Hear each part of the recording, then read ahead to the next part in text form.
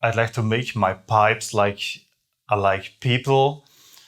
That means when people have scars, they have stories to tell. And also, so is Briar. When Briar has some scars and some weird grain, as always, I love this because then the Briar has a story to tell.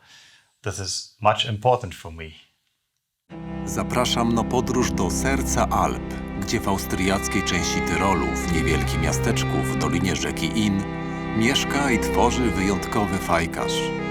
Opowie Wam o początkach swojej twórczej drogi, o inspiracji naturą i szczytami otaczających go gór, których charakter uwiecznia w swoich małych dziełach sztuki. Przed Wami Christian Ruec.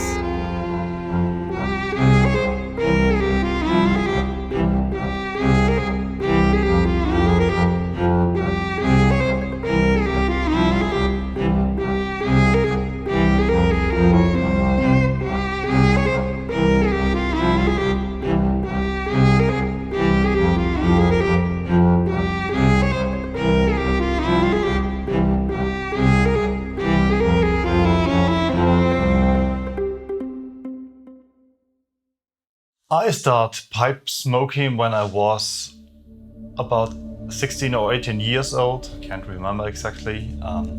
Me and my friend was on a trip and we want to look like the old grandpa sitting on the porch and smoking a pipe. So we were going to buy our first pipe. It was really cool. And after that, many years later, I would never ever have thought about that on his 40th birthday I would gift him a self-made pipe. So this is nothing I have expected.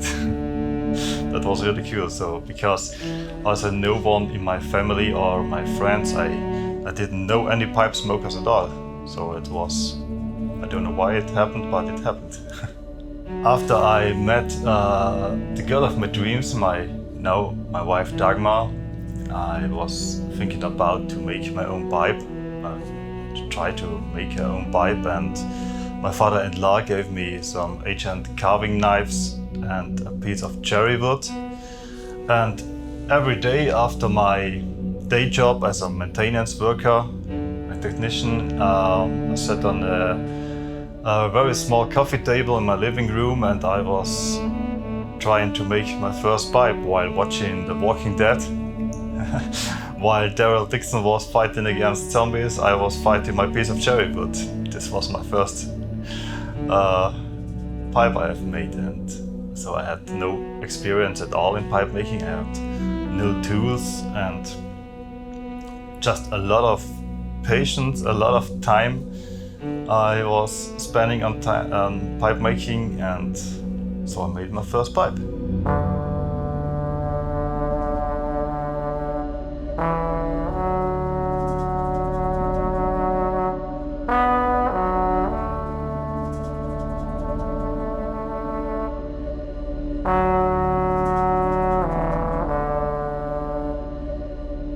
You know, Austria is a very small country.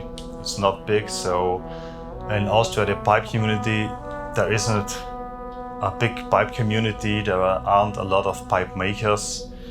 I am one of the two last pipe makers, full-time pipe makers here in Austria. And so because of this, I had no teachers in pipe making. So I was forced to learn all on my own. There was no one around to show me about a perfect drilling or a perfect reading the grain. I didn't know about the tools I have to use. I also had no tools in the beginning. So it was a very hard learning process for me. But also, on the other hand, when you don't have a teacher, no one taught me to make pipes, I was learning and I was finding my own style because no one showed me a style. Maybe there was some YouTube videos or something. I learned a lot from YouTube videos because there was a pipe maker here in my region in Austria did a lot of YouTube videos I watched, and I've learned a lot from Jeff Graysick, a US pipe maker who did a lot of YouTube videos. And so this was my kind of pipe making, to learn pipe making. So after that, I was reading a lot of pipe making stuff on the internet, and so I learned pipe making my own way, in my own style. It was after I made my first pipe. Of course, I showed them my friends, and then no one of them was a pipe smoker or even a cigarette smoker or something, most of them, but they all, or many of them, wanted to have a pipe from me. So I was starting again to make pipes, and it's getting more and more, and this was the point I was falling in love with pipe making. It was really an amazing thing for me, but then I have to stop pipe making after a few pipes because I was building a house together with my wife, and this was a few years of stopping. I was not making pipes because I have to build a house, and this I can't afford the time for pipe making. It's funny how I became a full-time pipe maker, maybe just for me. Like when our house was almost finished, and I had again a little bit of time for pipe making, I missed it a lot in the time where I didn't make pipes. So I spent nearly the whole time, my whole free time after my day job, I spent it in my workshop to make pipes, and it's getting more and more. And so I didn't have at any time for my wife or for the garden or for the house. So everything was left, and just only did pipe making. And then at one point, my wife Dagmar said to me, this was very good that she said that to me, do your day job or do pipe making, but not both. This is not okay. So I was thinking about, is it okay to be a pipe maker? I couldn't imagine what it means to be a pipe maker, a full-time pipe maker. I was thinking about the money, because you have to spend a lot of money in machines and tools, and you don't get as much money as you think as a pipe maker. So I was thinking about, and then we decided together, me and my wife, that we will try it. So I quit my job and started to being a full-time pipe maker together with my wife. And now I'm happy that I did, because it's the best in what happened in my life.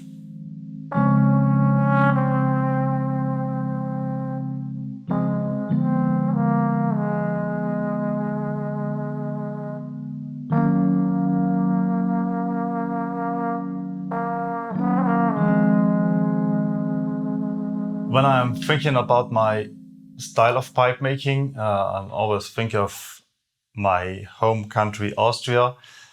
I'm surrounded here by mountains and forests and rivers and lakes, and I love the outdoors and I love nature. And I think the nature here around me is the one thing that inspires me the most. So, like I said, I love to be outside. Sometimes I grab a pipe and a coffee, and I take a walk alone on the mountain and sit there, spending there 1 or 2 hours and drink a coffee, smoke a pipe, and enjoy the surrounding by mountains and the trees. And I think this is the most important thing that inspires me the most in my pipe making, because I like my pipes in a elegant way. I try to do it elegant, but I wanted to keep it with a own rough way. So I like the pipes to have a very good flow from the bowl to the shank to the mouthpiece. It should be always a nice flow and not too much bending or something, because when I see a river turning some curves around some stones, it's always a perfect flow, and I like to bring it back, this impressed back on my pipes. So this is very important for me. This is my kind of pipe making, I think. Also the mountain tops that surrounds my country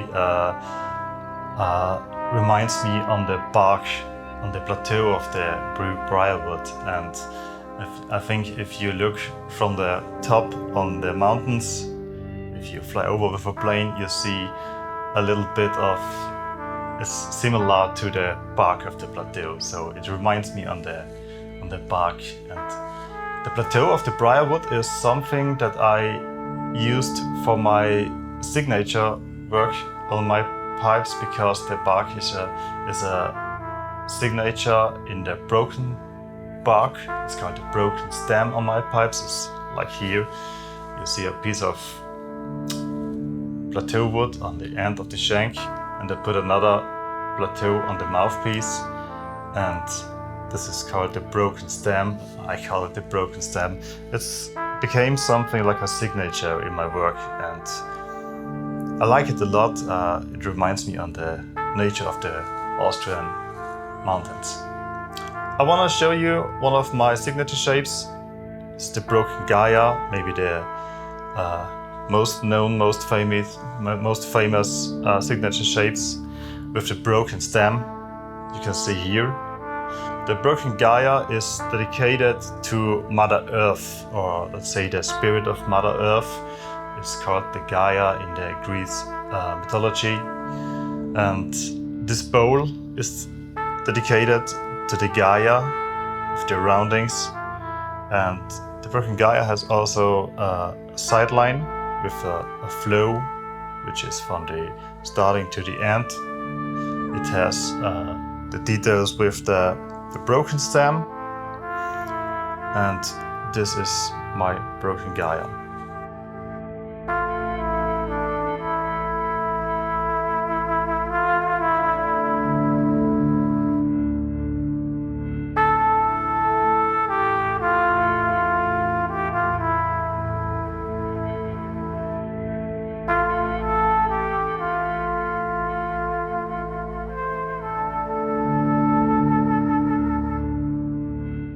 There are, I think, many ways how you can make a pipe, and I think every pipe maker has his own style, his own way of pipe making. There are two kinds of pipe makers for the beginning. Some pipe makers do the freehand drilling, the freehand pipe shaping, and the other do the drilling first and then the pipe shaping. And for me, in my opinion, I often try to do a sketch before pipe making. So I spend a lot of time in drawing and do sketchings, and I think when I have a perfect sketch with I'm happy with, I start put the sketch on the wood. I'm searching for the perfect block with the flow of the grain, and when the grain is almost really straight, I can drill the holes first on the lathe, and then shape around to get this shape with what I have sketched first. The other thing is, sometimes when I have a really crazy grain on a crazy block, I call it crazy when the wood is doing what he wants. When you have not a very straight grain on the block, I use a freehand shaping. So that means that I take the block without drilling first and go to the wheel, and I put a little bit of water on the block and I try to follow the grain. And I didn't know how the pipe will look when I have finished the shaping. So this is much fun, but in my opinion, a little bit harder to do, a harder learning process, but it's a lot of fun to freehand shape the pipes. And after that, you have to drill the holes and make the mouthpiece. Make the mouthpieces out of ebonite, which very comfortable material. And most of the time, I use only the briar and the ebonite, that the pipe look elegant. Sometimes I use other materials like Elverine for a little white detail, or I use other woods, maybe olive wood or some other woods that I have laid around in my workshop for years. I don't know exactly what it all is, just for little details on the shank or something. That's my way of pipe making.